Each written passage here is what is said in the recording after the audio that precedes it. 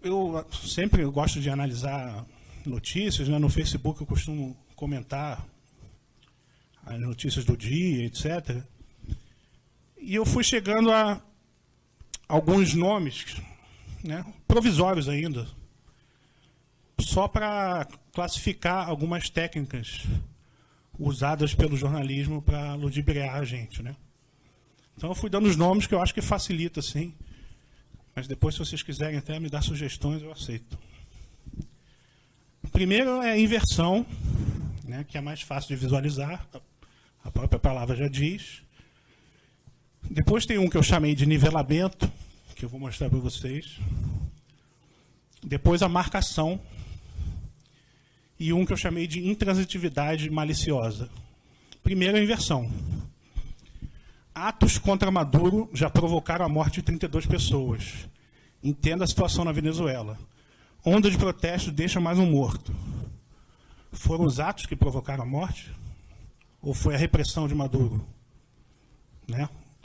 Isso aí você fica tão já introjetado nos profissionais de imprensa, eles não fazem, a maioria não faz de propósito. Né? Como o Pedro falou, é uma mentalidade. Né? Esse é genial. Ato em defesa da Petrobras. Tem troca de socos entre petistas e grupo. Ato em defesa da Petrobras. Está se referindo ao ato dos petistas que estavam defendendo o saque da Petrobras. Então, como é que a imprensa já naturaliza os próprios termos que os petistas usam, né? Ela usa como se fosse uma coisa descritiva. Deveria, pelo menos, botar aspas, né? Esse é brilhante. Israel suspende trégua de 24 horas após Hamas disparar mísseis. Ué, foi Israel que suspendeu a trégua? O Hamas dispara mísseis e o Israel é que suspende a trégua. Macri ataca Venezuela em reunião do Mercosul. O Macri estava criticando os presos políticos na Venezuela, né? Essa a gente já vai começar a passar para a técnica que eu chamei de nivelamento. Né? Egito vai reforçar a segurança em locais religiosos após confronto, que deixou mortos e centenas de feridos. O que a notícia falava? Cristãos coptas sendo massacrados por muçulmanos radicais no Egito. Eles chamam de confronto. É o que eu sempre brinco, né? Se os jornalistas hoje fossem noticiar as noites dos cristais, né, que os judeus foram perseguidos na Alemanha, eles iam chamar de confronto entre os judeus e nazistas. O Holocausto foi um grande confronto entre judeus e nazistas. Né? Mesma coisa, nivelamento. Essa foi mais recente, né? Todo mundo lembra. A marcha. Essa aí tem duas manipulações, né? Um palestino e um sírio são detidos após confusão, o termo aí de nivelamento. Não foi confusão, foi uma bomba terrorista, um atentado terrorista praticado pelos muçulmanos. Em marcha anti-imigração em São Paulo. Não era uma marcha anti-imigração, era uma marcha contra a lei de imigração. Né? Ou seja, olha só como numa simples manchete você inverte, você nivela, você deturpa totalmente a realidade do fato. Essa também é ótima. Mais um negro é morto pela polícia em Nova York. O que você lê? Só o título, você está achando o quê? A polícia em Nova York é useira e vezeira em matar negros à toa, né? Todo dia ela vê um negro e mata um negro. Mais um negro é morto. E aqui o detalhezinho. Ele atacou o judeu com faca na sinagoga. Como é que o título...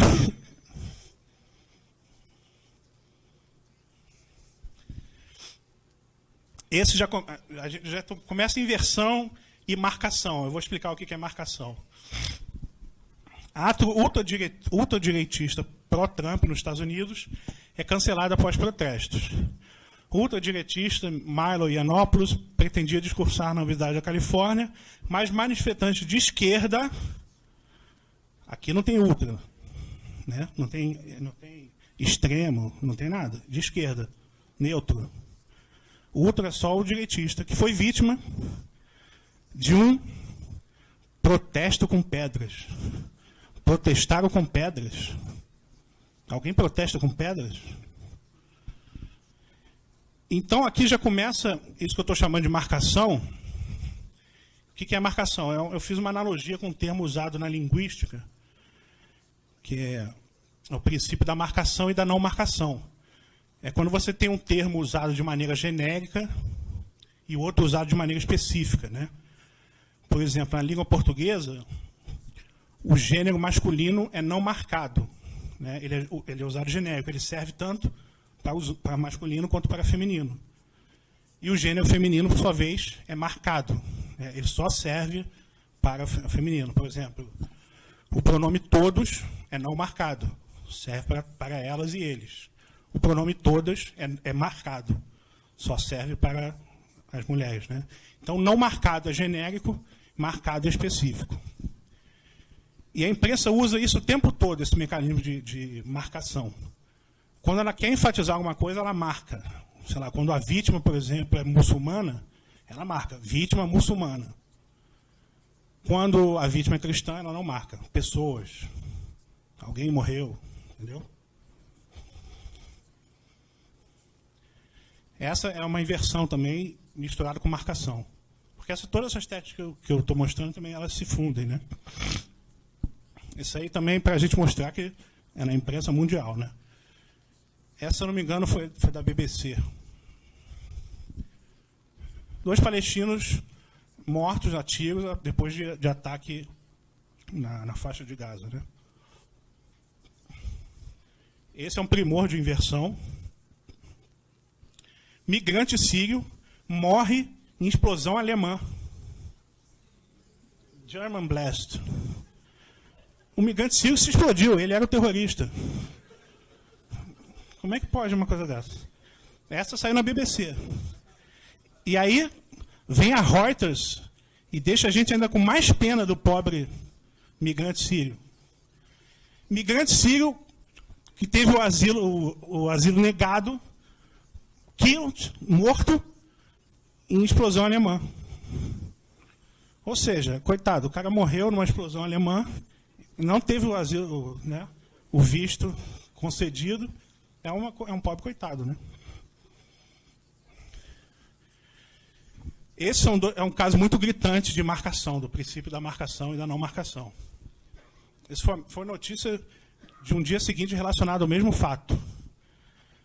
2 morrem afacados na cidade velha de Jerusalém. 2 o quê? Foram 2 judeus que morreram esfaqueados.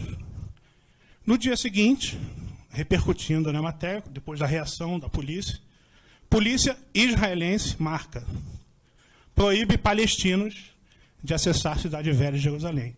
Aqui, palestinos estão na posição de paciente e a polícia israelense na posição de agente, né? Aqui está a marca, aqui é não marcado. 2 morrem. Grupo armado mata pelo menos 62 na Nigéria. 62 gatos, pombos, 62 cristãos foram mortos. Mas o jornalismo, quando o cristão é vítima, ele não acha interessante marcar isso. Boko Haram mata quase 80 pessoas, mesma coisa, usa um termo genérico, né? No Nordeste da Nigéria. Esse já é o princípio que eu chamei de intransitividade capciosa, né? Ou maliciosa. Não importa o título, só o lead aqui. Senador da oposição, considerado ultraconservador, considerado por quem? Eles falam considerado como se fosse uma coisa intransitiva, né? Faz sol, chove, né? Nunca dizem quem é que está considerando. Então, eles querem, em vez de passar uma notícia, eles estão querendo induzir uma reação sua, né? Ou seja, estão querendo que você pense: todo mundo considera esse cara conservador, ele é conservador, é para considerá-lo conservador, ultraconservador, no caso. Meryl Streep comove no Globo de Ouro com discurso crítico a Trump. Comove quem? Comove só o pessoal de Hollywood, ali, a esquerda caviar americana, né? Mas também, da mesma forma, usam desse jeito intransitivo, né? Que eu estou chamando de intransitividade maliciosa, mas aceito sugestões para melhorar o termo. E aí a gente vai entrar na parte de entretenimento, voltando para toda aquela influência do Marcuse, né? Quando a família vira alvo, né? E aí um exemplinho de uma... Podia tirar vários, né? Eu tirei um da novela da Globo, já antiga.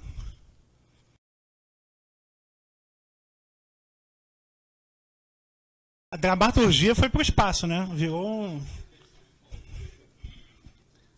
Vamos ao próximo. Acho que é vídeo também. E aí hoje amor e sexo, né? Uma coisa mais... Puro discurso feminista radical do PSOL.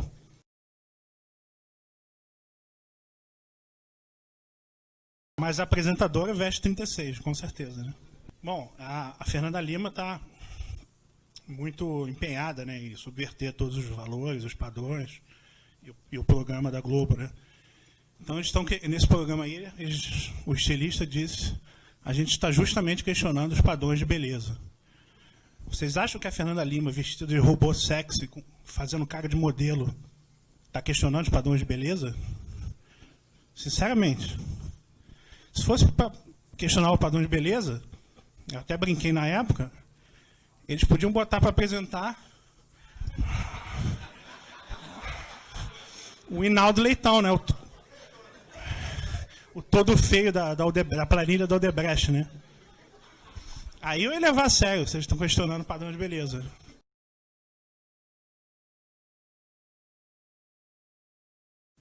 Aí na novela, né, a Maria Fernanda Cândido fazendo trans. E aí, o que está acontecendo? Vocês veem que a militância no universo do entretenimento, sobretudo na Globo, né, está crescendo de uma maneira brutal.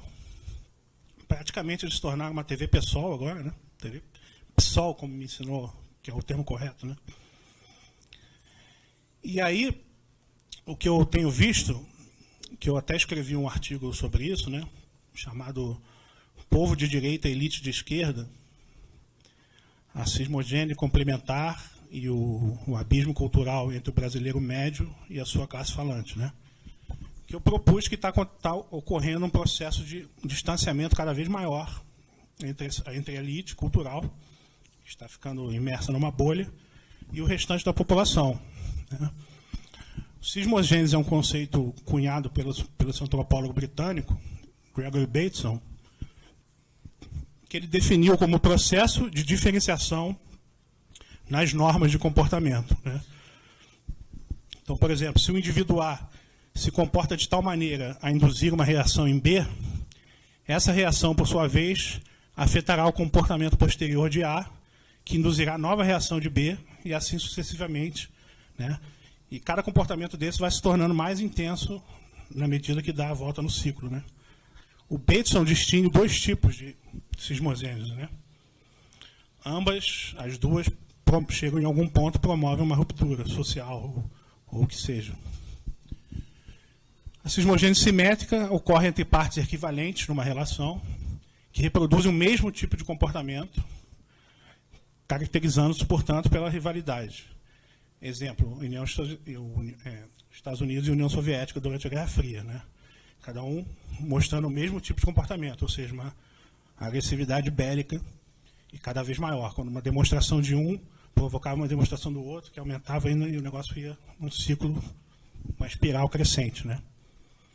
E a cismogênese complementar, que ocorre entre partes assimétricas numa determinada relação, de modo que a intensificação do comportamento X de uma induz a intensificação do comportamento Y da outra.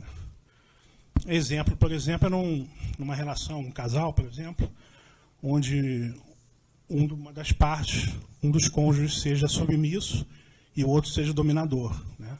Quanto mais dominação, mais submissão vai ser a resposta do outro e assim sucessivamente até virar uma situação insustentável, né?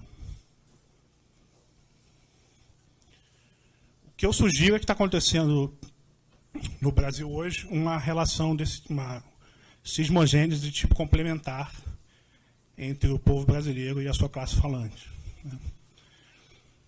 Tem saído várias pesquisas, né, na imprensa e institutos de pesquisas, também tem sido discutida dentro da universidade, esse pretenso aumento do conservadorismo do povo brasileiro, né? Eu não vou entrar no mérito agora, se isso é verdade ou não, mas assumindo que isso seja verdadeiro, que o povo brasileiro esteja se tornando mais conservador, isso só pode ser entendido como um movimento relativo, né? Ou seja, a imprensa, a classe falante que analisa esse fenômeno, ela não está percebendo que ela é parte do fenômeno, né? Então, o povo aparenta ficar mais conservador porque a classe falante está ficando mais progressista, né? Então, você tem uma sensação de distância maior, né? Se eu estou parado aqui, fixo, e um carro passa por mim, eu vou vendo o distanciamento de X. Se eu estou indo para outra direção, na mesma direção do carro, o distanciamento vai aparecer 2x, não é isso? Eu não sou bom de matemática, mas acho que é isso, deu para entender, né? Então, classe falante para o lado, povo para o outro. Cismogênese complementar. O aumento do progressismo da classe falante induz ao conservadorismo do povo, que leva a mais progressismo por parte daquela, seguido de mais conservadorismo por parte deste, e assim por diante. E aí eu quero encerrar com essa frase do Houellebecq, no livro Submissão,